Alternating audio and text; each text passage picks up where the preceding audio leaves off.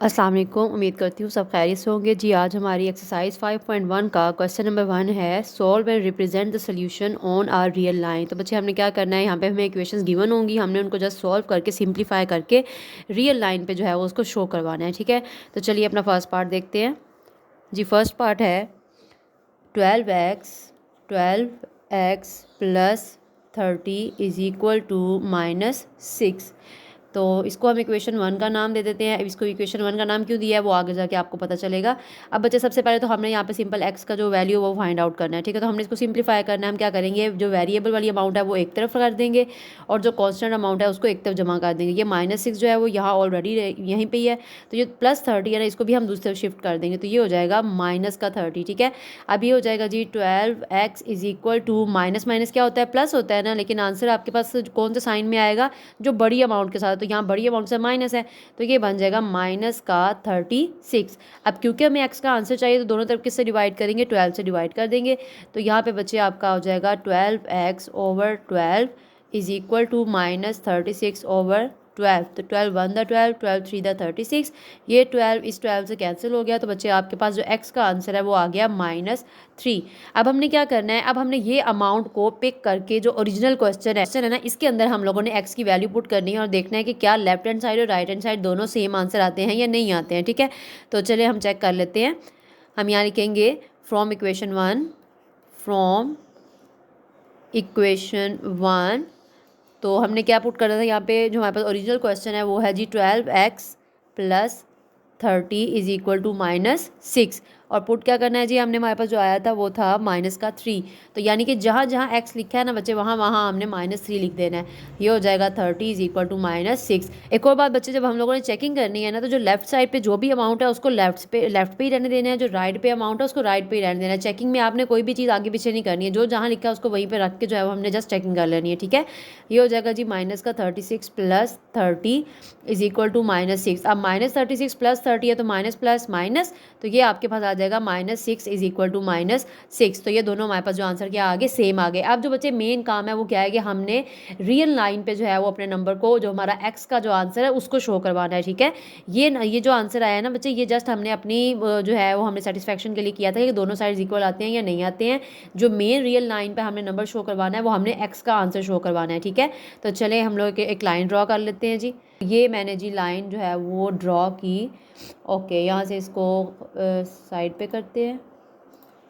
तो ये आपके पास आ जाएगा, जो हमारे पास मिड होता है बच्चे वो क्या होता है, 0 का हो जाता है। उसके बाद जो बच्चे हम लोग जब राइट साइड पे जाते हैं तो वो हमारे पास क्या होता है, पॉजिटिव अमाउंट होती है।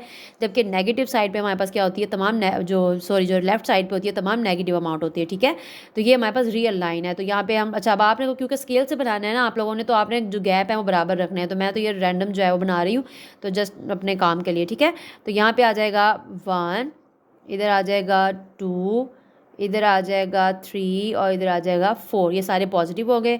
अब इधर आ जाएगा जी -1, इधर आ जाएगा -2, इधर आ जाएगा -3 और इधर आ जाएगा -4। अब x का आंसर क्या आया था जी, -3। तो ये बच्चे आपका -3 है। यहाँ पे हमने एक लाइन लगाई, और चाहे तो यहाँ एरो लगा, चाहे तो आपकी अपनी मर्जी जस्ट लाइन लगा दे। और यहाँ पे जो ओरिजिनल था ना आपका, चाहे तो आप x का आंसर लिख दें यहाँ पे कि ये आंसर आया, या वो वही इक्वेशन लिख दें। तो ईजी ये है, बेहतर ये है कि आप लोग जहाँ जो x का आंसर आया वही लिख दें। तो x इज इक्वल टू -3। तो इस तरीके से बच्चे हम लोगों ने जो है वो रियल लाइन पे अपने आंसर को शो करवाना है। ठीक है, चलिए सेकंड पार्ट देखते हैं जी। सेकंड पार्ट है x/3 plus 6 is equal to -12।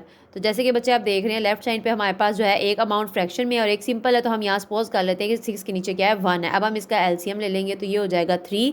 अब डिनोमिनेटर्स को आपस में हमें डिवाइड करना है, और जो भी आंसर आएगा उसे ऊपर न्यूमिनेटर के साथ मल्टीप्लाई कर देंगे। 3 से 3 डिवाइड किया तो क्या बच गया, 1। 1 से 3 डिवाइड किया तो बच्चे यहाँ पे 3 ही बच जाएगा। ठीक है, ये हो जाएगा x प्लस 6 3 क्या हो जाता है जी, 18 हो जाता है, is equal to -12 as it is आ जाएगा। अब इसके अलावा हम इसको सॉल्व नहीं कर सकते क्योंकि हम एक वेरिएबल है, एक कांस्टेंट नंबर, तो ये आपस में ऐड नहीं हो सकते। अब यहाँ पे हम सपोज कर लेते हैं जी 12 के नीचे क्या है, 1 है। तो अब बच्चे हम इनको कर देंगे क्रॉस मल्टीप्लाई।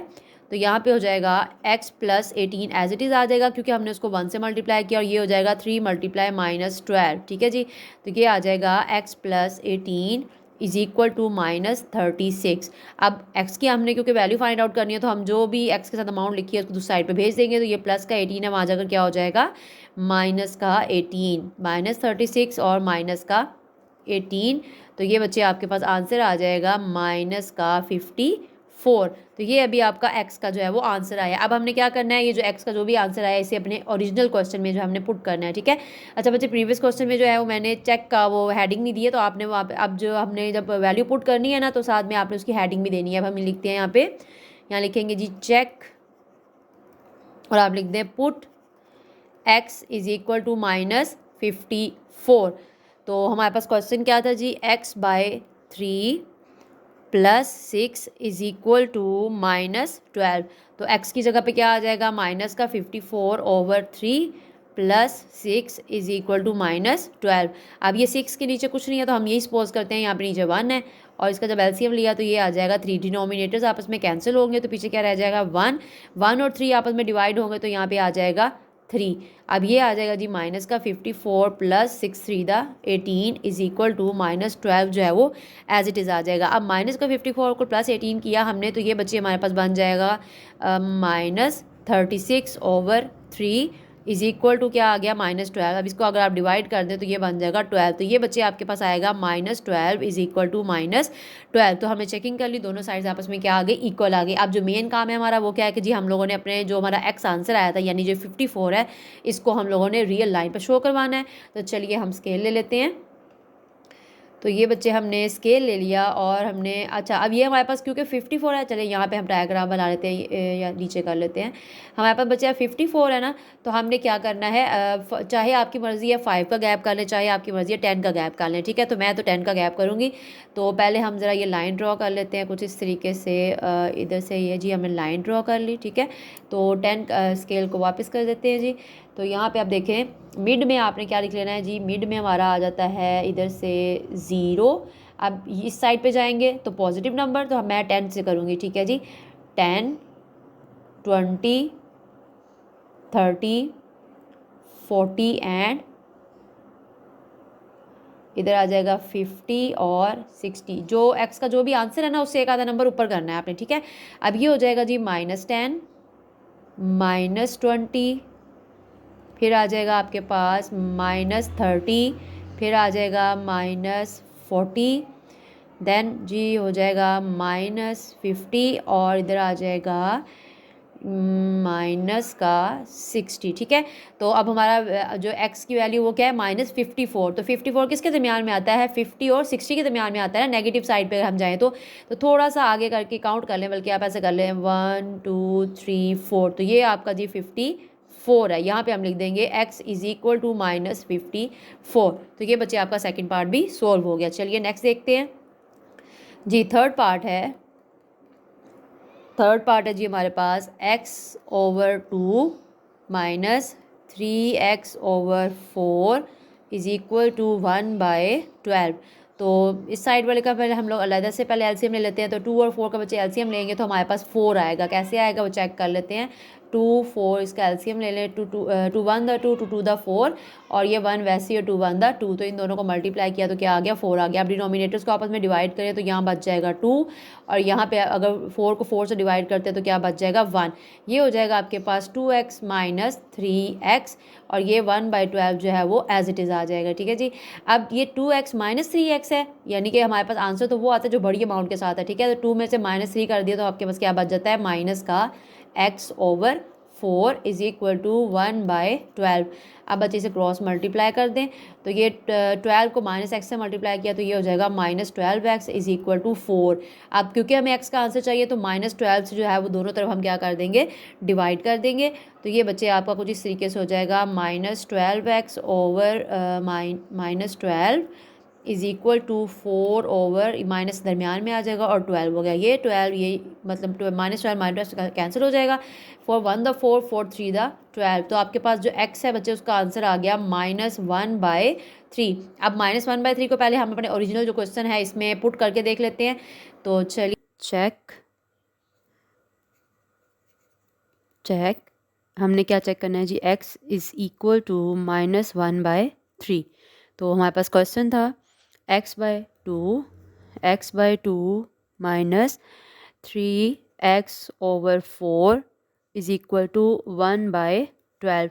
तो अब बच्चे जहाँ जहाँ x है वहाँ वहाँ हमने क्या लिख देना है, -1/3 लिख देना है। तो ये x है, यहाँ पे आ जाएगा -1/3। ये जो 2 है ये एज इट इज़ नीचे आ जाएगा। अगेन यहाँ पे आ जाएगा -3 इंटू -1/3/4। ठीक है, अब यहाँ पे आ जाएगा जी इक्वल का साइन आ जाएगा यहाँ पे, और ये 1/12 है ये एज इट इज़ आ जाएगा। जहाँ पे बस x है ना वहाँ पे हम लोगों ने -1/3 पुट कर देना है।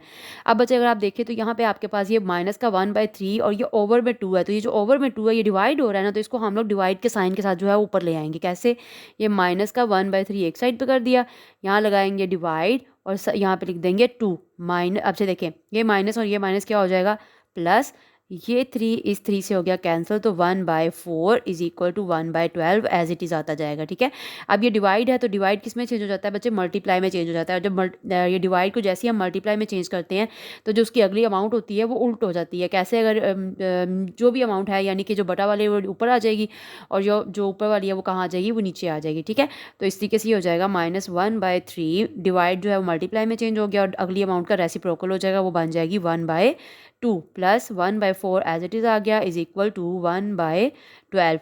अब इन दोनों को मल्टीप्लाई कर दें, ये बन जाएगा -1, क्योंकि ये मल्टीप्लाई का साइन है तो इनको तो हम डायरेक्ट मल्टीप्लाई करेंगे। -1 3 to the 6 plus 1/4 is equal to 1/12। अब बच्चे हम क्या करेंगे, हमने अब इसका एलसीएम ले लेना है। तो यहाँ पे 6 और 4 का जब हम एलसीएम लेंगे तो वो बन जाएगा 12। अब डिनोमिनेटर्स को आपस में हम डिवाइड करते हैं, जो भी आंसर आता है उसे ऊपर न्यूमिनेटर साथ क्या कर देते हैं, मल्टीप्लाई। तो 6 और 12 को आप डिवाइड करेंगे तो यहाँ बच जाएगा 2, यहाँ 4 और 12 को डिवाइड करेंगे तो आ जाएगा 3। तो ये बन जाएगा -2 प्लस 3 1 3 इज इक्वल टू 1/12। अब इसको सॉल्व करते हैं, ये है -2 प्लस 3 है ना, तो 3 - 2 कितना हो जाता है बच्चे, 1 हो जाता है। तो ये हो जाएगा 1/12 इज इक्वल टू 1/12। तो ये दोनों साइड्स आपस में क्या आ गई, इक्वल आ गई। अब मेन काम हमने क्या करना है बच्चे, हमने रियल लाइन पर अपना जो x का आंसर आया था उसको शो करवाना है। ठीक है, तो चलें यहाँ से स्केल पिक कर लिया हमने और इसको एडजस्ट कर लेते हैं जी। तो ये बच्चे मैंने यहाँ पे लाइन ड्रॉ कर ली। अब क्योंकि हमारे पास जो अमाउंट थी वो थी -1/3, जस्ट अ मिनट इसको हम साइड पे कर दें। तो अमाउंट बच्चे हमारे पास क्या थी, x का जो आंसर आया था वो था x इज़ इक्वल टू -1/3 था ना। अब 1/3 डायरेक्ट फ्रैक्शन वाला तो हम यहाँ पे नहीं ना पुट कर सकते, इसके तो अपनी आसानी के लिए हम क्या करेंगे, 1/3 को हम डिवाइड करते हैं कुछ इस तरीके से, ऊपर वाली अमाउंट अंदर आ जाएगी और नीचे वाली से बाहर डिवाइड करेंगे। अब क्योंकि ये 1 है तो यहाँ पॉइंट लगा कर 0 लगा दो, तो ये हो जाएगा 3 3 9, 10 में से 9 गया, 1 बच गया, पॉइंट लगा हुआ है, अगेन 0, फिर 3 3 9। तो ये यानी कि इस तरीके से चलता जाएगा, इसका एंड नहीं होगा। ठीक है, अब हम लोगों ने किस तरीके से अपने नंबर लाइन पे शो करवाना है, बस ये आपने ध्यान देना है इस चीज़ का। ठीक है, तो चलें पहले ज़रा, अब अगर आप देखो तो यहाँ पे पॉइंट से पहले क्या डिजिट है, 0 है, यानी कि हमारे पास जो भी यहाँ पे हम लोगों ने रियल लाइन पे अपना नंबर शो करना है वो 0 और 1 की रेंज में होगा। ठीक है, तो हम 2 तक नंबर ले लेते हैं। तो ये मिड में हम लोगों ने 0 कर दिया, यहाँ पे +1 हो गया और ये पॉजिटिव क्या कर दिया, 2 कर दिया। इसी तरीके से यहाँ पे -1 और इधर आ जाएगा -2। अब क्योंकि अच्छा बच्चे यहाँ पे इसको रियल लाइन पे शो करवाने का क्या तरीका है, जो डेसिमल अमाउंट होती है उसको, अब आपके पास 0.33 लिखा हुआ है, तो जो पॉइंट से पहली अमाउंट होती है ना उसको हमने जो स्केल पे जो बड़ी लाइन होती है वो सिलेक्ट करना होता है। जैसे कि मेरे पास ये 0 है ना, तो ये मैंने जी 0 सेलेक्ट कर लिया। अब मैंने आगे कितने और डिजिट जाना है, अब आगे अगर देखो ये 3 3 रिपीट हो रहा है तो आपने सारे नंबर नहीं देखने, आपने सिर्फ पॉइंट के बाद वाला पहला नंबर देखना है, तो वो क्या है, 3 है। तो आपने अब क्योंकि नेगेटिव अमाउंट है तो हमने नेगेटिव साइड पे जाना है, यानी लेफ्ट साइड पे जाना है। तो 0 के बाद हमने छोटी 3 लाइंस को काउंट करना है। फॉर एग्जांपल वैसे कर देते हैं जी 1 2 एंड ये 3। ठीक है, तो ये आपने यहाँ पे एरो लगाया। अब हमने ये पॉइंट 33 वाली अमाउंट यहाँ पे लाइन पे नहीं लिखनी, लिखना हमने x का जो ओरिजिनल आंसर है ना वही लिखना है। ठीक है, ये तो हमने अपनी आसानी के लिए किया था। तो ये बच्चे आप यहाँ पे लिख देंगे x इज इक्वल टू -1/3। तो ये आपका जो है वो रियल लाइन पर हमने क्वेश्चन को शो करवा दिया।